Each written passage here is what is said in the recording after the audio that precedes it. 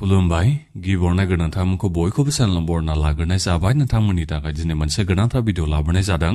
आसा खालामदों नोंथांमोना बे भिडिअखौ बयबो जोबजासिम नायलांगोन होननानै आं नोंथांमोननिसिम बे भिडिअनि गेजेरजों अरुणोदय स्किमनि बागैनो माखासे आपडेट खोन्थाहरनो सानदों।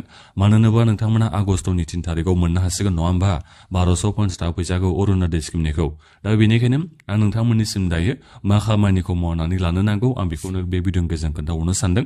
जाहाथे नोंथांमोना नैबे 1250 थाखा फैसाखौ आगस्टनि 3 तारिखआव गासिबो नोंथांमोना मोननो हायो। दा नोंथांमोना माने गावबागावनि ब्लक अफिसाव थांनानै एबा बिडिअ अफिसाव नोंथांमोना थांनानै खामानिखौ मावनानै लाहैगोन। अब्ला नोंथांमोना माने 1250 थाखा फैसाखौ मोननो हागोन आरो जायफोर नोंथांमोननिया दायो एसे खामानि मावनांगौ जानानै नोंथांमोना जुदि फैदोंबा।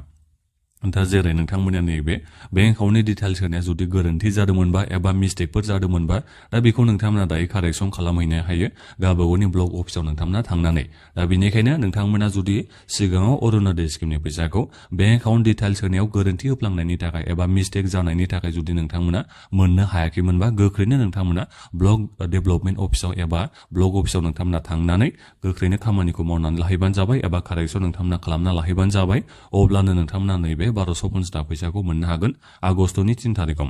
दा बेनिफ्राय जोंहा नैबे आधार कार्डजों बेंक एकाउन्टखौ लिंक खालामनाया जोंहा लास्ट डेटआथ' बारलांबायमोन। अब्लाबो जोंहा दायो माने अफिसियेल बिथांमोना खावलायदों आरो जायफोर नोंथांमोना जेनेबा दिनैसिमबो आधार कार्डआ बेंक एकाउन्टजों लिंक जायाखैबा गावबागावनि बेंकनि ब्रान्सआव नोंथांमोना थांनानै जुदि आधार कार्डखौ नोंथांमोना लिंक खालामना लाहैयोबा दा नोंथांमोननियाबो जुदि लिंक जायोबा आधार कार्डआ बेंक एकाउन्टजों अब्ला नोंथांमोना आगस्टनि 3 तारिखआव 1250 थाखा फैसाखौ मोननो हागोन जाहैबाय। दा बेनिखायनो जायफोर नोंथांमोननिया जेनेबा लिंक जायाखै नोंथांमोना गोख्रैनो गावबागावनि बेंकनि ब्रान्सआव थांनानै आधार कार्डखौ नोंथांमोना बेंक एकाउन्टजों लिंक खालामनानै लाहैबानो जाबाय। दा बेजों लोगोसेनो जुदि नोंथांमोननिया जेनेबा नामा मिसमेच जानायनि थाखाय जेनेबा बबेबा मोनसे डकुमेन्टसआव नामा बेलेग दङ जेरै आधार कार्डआव नोंनि नामा बेलेग दङ बेंकनि बिनिफ्राय पासबुकआव नोंनि नामा बेलेग दङ।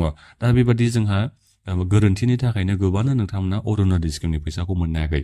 डकुमेन्टसआव नामा बेलेग दङ दा बिनिफ्राय बेंकनि पासबुकआव नोंनि नामा बेलेग दङ। दा बिनि थाखायबो नोंथांमोना गोबांनो अरुणोदय स्किमनि थाखाय फैसाखौ मोननो हायाखै। दा बिनिखायनो जुदि नोंथांमोना डकुमेन्टसआव नोंनि नामा मिस्टेक थानायफोरखौ जुदि नोंथांमोना कारेक्सन खालामनानै लाबायबा दा नोंथांमोना बेखौबो ब्लक डेभेलपमेन्ट अफिसाव थांनानै एबा ब्लक अफिसाव नोंथांमोना थांनानै बेखौ नोंथांमोना फोरमायथिहैबानो जाबाय आंनिया बेबायदि गोरोन्थि जादोंमोन। दा बिनि थाखायनो अरुणोदय स्किमनि फैसाखौ आङो मोननो हानाय जायाखैमोन। दायो आं बेखौ कारेक्सन खालामना होनाय जाबाय। दा बेबायदि नोंथांमोना बुंनानै माखासे डकुमेन्टसखौ नोंथांमोना होबोबानो जाबाय। जेरै आधार कार्ड नोंथांमोना लांफाबानो जाबाय भटार आइडि कार्ड बेफोरखौबो लांफा। दा बेजों लोगोसेनो रेशन कार्डखौ नोंथांमोना लांफाबानो जाबाय। दा बेनिफ्राय बेंक पासबुकखौबो नोंथांमोना लांफाजोबबानो जाबाय।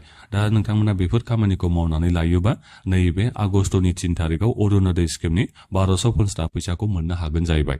दा बेनिखायनो जायफोर नोंथांमोननिया जेनेबा अरुणोदय स्किमनि दाख्लै 9000 फैसा सोनायाव नोंथांमोना 9000 फैसाखौ मोननो हायासैबा एबा सिगाङावबो जुदि नोंथांमोननि नामा बेनिफिसियाल लिस्टआव फैनायनि उनावबाबो जुदि नोंथांमोना अरुणोदय स्किमनि फैसाखौ मोननो हायाखैमोनबा नोंथांमोना गोख्रैनो ब्लक अफिसाव नोंथांमोना थांनानै खामानिखौ मावनानै लाहैलायोबा नोंथांमोना नैबे आगस्टनि 3 तारिखआव 1250 थाखा फैसाखौ नोंथांमोना मोननो हागोन। दा बेनिखायनो आं नोंथांमोननिसिम बेखौ गोख्रैनो माने भिडिअ लाबोना खोन्थाहरनाय जाबाय। एसे लेट जाबायसो होननानै बेखौ बुंनो नांगोन।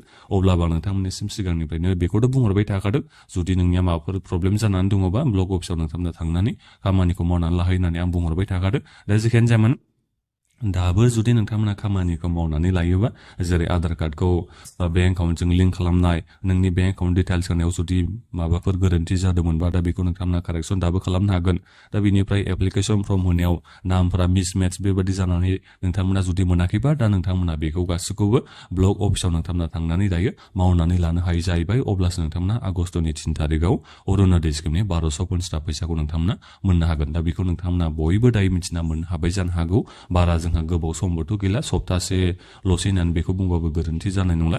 दा बेनिखायनो नोंथांमोना गोख्रैनो खामानिखौ मावनानै लाहैबानो जाबाय जाहाथे नोंथांमोना अरुणोदय स्किमनि 1250 थाखा फैसाखौ आगस्टनि 3 तारिखआव नोंथांमोना मोननो हायो। बेथ' जोंहा कनफार्म जाखाबाय आरो नोंथांमोना आगस्टनि 3 तारिखआवनो 1250 थाखा फैसाखौ मोननो थांगासिनो दङ। दा बेखिनियावनो नोंथांमोना माबाफोर जुदि सोंनांगौ दङबा भिडिअनि कमेन्टआव नोंथांमोना बयबो कमेन्ट खालामबानो जाबाय आरो बे भिडिअखौ नोंथांमोना बयनोबो शेयार खालामना होदो जाहाथे गासिबो मानसिफ्रानो नैबे आपडेटनि बागै मिथिना मोननो हायो। दा बेखिनियानोमोन। गोजोन्थों।